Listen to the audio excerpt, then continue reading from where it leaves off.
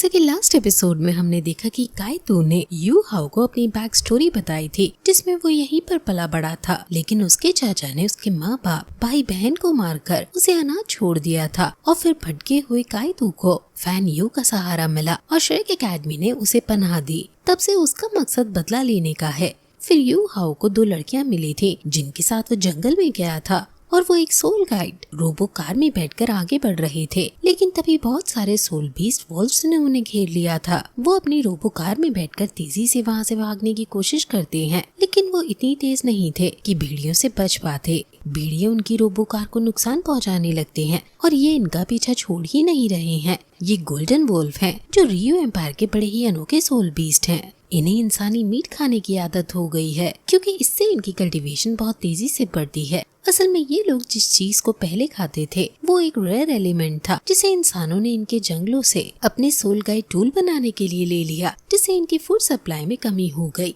इसलिए अब ये इंसानों का मीट खाने लगे हैं। अभी भागते भागते इनका शील्ड 100% से 44% हो गया है और हमारे पीछे जो है वो 3 गोल्डन वुल्फ पैक हैं, यानी आसपास ही यहाँ इन सभी का लीडर वुल्फ भी प्रेजेंट होगा और वो इनसे कई गुना ज्यादा खतरनाक है। इनका लीडर एक वुमेन वुल्फ है और फीमेल सॉल्वर होती है, इसलिए उसको सिल्वर मून वुल्फ किंग भी कहते हैं। यू हाओ सिल्वर मून वुल्फ किंग को अपनी स्पिरिचुअल आई की मदद से लोकेट करता है और उसे पता है कि जहाँ भी ये जाएगा वहीं बाकी सब वुल्फ जाएंगे। इसलिए वो जूसी को इस रोबो कार का कंट्रोल देकर कहता है कि तुम इसको संभालो और मैं इन वुल्फ का ध्यान बाहर निकालकर अपनी तरफ खींचूंगा, फिर तुम्हें यहाँ से भागने का मौका मिल जाएगा। जूसी उसे मना करती है कि ऐसे तो तुम मारे जाओगे, जिस पर यू हाओ कहता है कि ऐसा नहीं होगा, तुम मेरी चिंता मत करो और जल्दी से यहाँ से भाग निकलो। यू हाओ तुरंत अपने विंग्स का यूज करके वहाँ से बाहर निकल जाता है और केके को भी यकीन नहीं होता कि यू हाओ ने उनके लिए ऐसा किया, क्योंकि वो यू हाओ को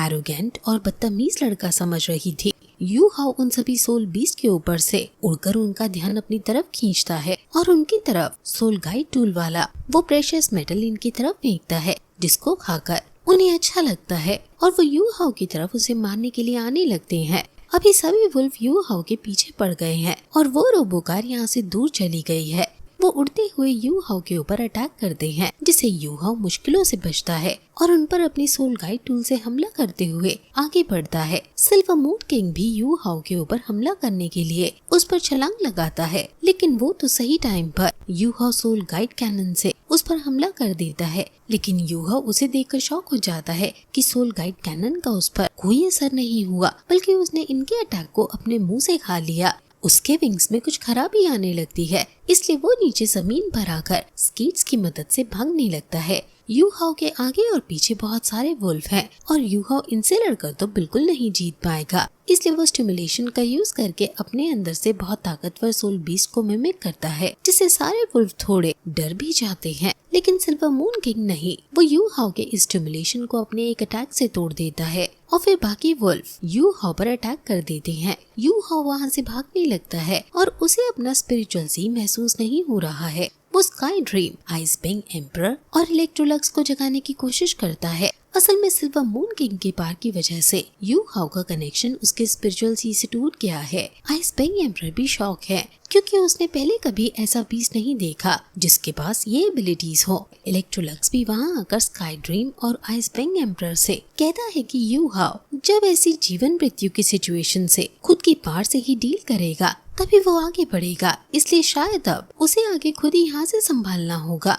यू हाओ भी सोचता है कि सिल्वर मून किंग बहुत तेज है और उससे भाग पाना तो मुश्किल है, इसलिए अब मुझे उस पर अटैक करने का ही सोचना होगा। वो फिर से आसमान में जाकर इनसे बचने की कोशिश कर रहा था, लेकिन कुछ खराबी की वजह से वो ज्यादा ऊपर नहीं उड़ पाता, जिससे वो वुल्फ्स की चपेट में आ जाता है और काफी ज्यादा घायल हो जाता है। उसके विंग्स पूरी तरह से टूट जाते हैं और फिर तभी यू हाओ अपने आइस एट्रीब्यूट की पार से आसपास के बीस को जमाने की कोशिश करता है। कुछ बीस को वो जमा भी देता है, लेकिन बाकी बीस अब उसी की तरफ आ रही हैं और वो जल्दी से फिर सिल्वर मून किंग को लोकेट करता है और फिर अपने आइस एट्रीब्यूट के ऑरा को निकालता है और अपनी 3 आइड गोल्डन लाइन की पार को यूज करके सीधे सिल्वर मून किंग पर हमला करता है और फाइनली वो सिल्वर मून किंग को घायल करने में कामयाब हो जाता है। लेकिन इससे सिल्वर मून किंग को और ज्यादा गुस्सा आ जाता है और वो सभी वुल्फ्स को यू हाओ को जान से मारने का ऑर्डर देता है। वो सभी यू हाओ पर एक साथ हमला करते हैं, लेकिन तभी यू हाओ थर्ड सोल टेक्निक, जिसका नाम ग्रुप वीकनेस है, उसका यूज करता है और फिर सिल्वर मून किंग के पास अपने स्केट से जाते हुए वो आइस बैंग एम्परर के सबसे पार आइस एट्रीब्यूट का यूज करता है और अपने आसपास के और सिल्वर मून किंग को इमॉर्टल फ्रोजन डोमेन का यूज करके जमा देता है।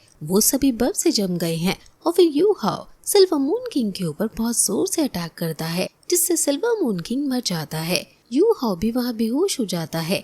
इतनी ज्यादा पावर को यूज करने से वही रोबो कार में भागते हुए जूसी को यू हाओ की तरफ वापस जाने का मन करता है, इसलिए वो तुरंत यू हाओ की तरफ अपनी गाड़ी को मोड़ लेती है। यू हाओ बेहोशी से उठता है और उसके सामने अभी भी सिल्वर मून किंग है, जो पूरी तरह से नहीं मरा है और वो सीधे यू हाओ पर हमला कर देता है। बाकी बीस्ट भी बर्फ से छूट रहे हैं और वो तभी सिल्वर मून किंग के हार्ट को लोकेट करता है और वहाँ अपने बियर क्लॉथ से उसके हार्ट को चीर देता है। दर्द से तड़पता हुआ वो वुल्फ भी यू हाओ को काट जाता है, लेकिन फिर यू हाओ आइस एम्परर रात का यूज करके उसे दूर फेंक देता है।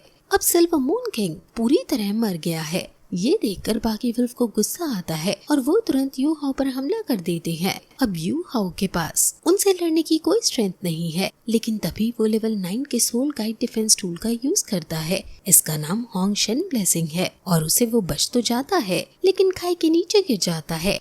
जूसी उसे ढूंढते ढूंढते सुबह तक उसके पास पहुंच जाती है और यू हाओ बेहोशी की हालत में है। उसकी छाती में वुल्फ का एक दांत भी फंसा हुआ है और उसका पूरा शरीर टूटा सा हुआ है। जूसी उसका तुरंत इलाज करने की कोशिश करती है और वो उसे एक जगह बैठाती है और उसे दवाइयाँ लगाते हैं और मरहम पट्टी करते हैं। वुल्फ का टीथ यू हाओ के बिल्कुल हार्ट के पास लगा हुआ है और वो उसे अभी नहीं निकालने का डिसाइड करते हैं, क्योंकि अगर उन्होंने अभी ये निकाला तो बाकी जगह बहुत ज्यादा ब्लीडिंग होने लगेगी, इसलिए वो बाकी जगहों की मरहम पट्टी कर रहे हैं। जूसी को यू हाओ के लिए काफी बुरा लगता है कि उसे यू हाओ को अकेले जाने नहीं देना चाहिए था। यू हाओ तो हमारे साथ शुरू से अच्छा ही बिहेव कर रहा था, लेकिन हमने उसके साथ ऐसे होने दिया। उसे बहुत ज्यादा पछतावा हो रहा है। यू हाओ का बॉडी टेम्परेचर अब नॉर्मल होने लगता है और वो फिर उस टीथ को भी निकाल देते हैं, जिससे यू हाओ को एकदम दर्द होता है, जिससे वो अपने दांत बहुत जोर से बंद करता है और गलती से जूसी को काट जाता है। लेकिन फिर भी जूसी अपना हाथ स्पिरिचुअल सी में बैठाकर खुद को हील करने की कोशिश कर रहा है और फिर काफी घंटों बाद यू हाओ की नींद खुल जाती है और वो खड़ा होने की कोशिश करता है, लेकिन जूसी और केके उसे मना कर देती है कि अभी तुम खड़े मत हो, तुम काफी ज्यादा घायल हो। यू हाओ कहता है कि तुम लोग वापस कब आए। केके कहती है कि तुम अभी इस सब के बारे में मत सोचो और वुल्फ की सोल रिंग जो तुमने मारा है वो एब्जॉर्ब करो, वरना वो गायब हो जाएगी। यू हाओ उसकी सोल रिंग को एब्जॉर्ब करने लगता है और फिर फाइनली उसे एब्जॉर्ब कर लेता है। यू हाओ की इंजरीज भी सोल रिंग को एब्जॉर्ब करने की वजह से काफी सही हो जाती हैं और अब वो तीनों फिर से रियो एकेडमी में आ जाते हैं, लेकिन तभी वहाँ कुछ सैनिक आकर उन तीनों को घेर लेते हैं और यू हाओ से कहते हैं कि हम रियो एम्पायर की रॉयल फैमिली की तरफ से तुम्हें अरेस्ट करने के लिए आए हैं। तुमने रॉयल फैमिली के मेंबर को असॉल्ट किया है, इसलिए उसकी सजा तुम्हें मिलेगी। हमारे साथ चलो और इन्वेस्टिगेशन में मदद करो। वहाँ वैंग शाओज़े भी है और वो यू हाओ का मजाक उड़ाते हुए कहता है कि तुम तो वो थे जो लड़ने में बहुत अच्छे थे, तो तुम्हारा ये हाल किसने कर दिया। जूसी समझ जाती है कि वैंग शाओज़े ने ही यू हाओ को अरेस्ट करवाने का ऑर्डर दिया है। वो वैंग शाओज़े को रोकने की कोशिश भी करती है, लेकिन वैंग शाओज़े नहीं रुकता और वो यू हाओ का जहाँ जख्म है वहाँ और ज्यादा दर्द करने के लिए उसे बीचता है और कहता है कि तो हम तुम्हें उस जगह पनिशमेंट देंगे जहाँ तुम्हारे इंजरीज नहीं है। बाकी लोगों को गुस्सा आने लगता है कि भला वैंग शाओज़े ऐसा कैसे एकेडमी के किसी मेंबर को अरेस्ट करवा सकता है, और जब लोग इसके खिलाफ आवाज उठाते हैं तो वैंग शाओज़े जोर से चिल्लाकर सभी को चुप करा देता है। आखिर कोई रॉयल फैमिली के खिलाफ कैसे बोल सकता है, इसलिए सभी की नजरें झुक जाती हैं। यू हाओ इन सैनिकों के साथ जाने को मान जाता है और जूसी और केके को उसकी चिंता न करने को कहता है। सैनिक उसे अरेस्ट करके ले जाने लगते हैं। केके जूसी से पूछती है कि अब हमें क्या करना चाहिए, जिस पर गुस्से में आई हुई जूसी कहती है कि मैं किसी को जानती हूँ जो हमारी मदद कर सकता है। वहीं डीन को अपने टीचर से पता लगता है कि रॉयल फैमिली ने यू हाओ को अरेस्ट कर लिया है। ये सुनकर डीन को भी काफी गुस्सा आता है कि रॉयल फैमिली की इतनी हिम्मत कैसे हुई कि वो रियो एकेडमी के मेंबर को अरेस्ट करने लगे। उन्हें बहुत ज्यादा गुस्सा आने लगता है।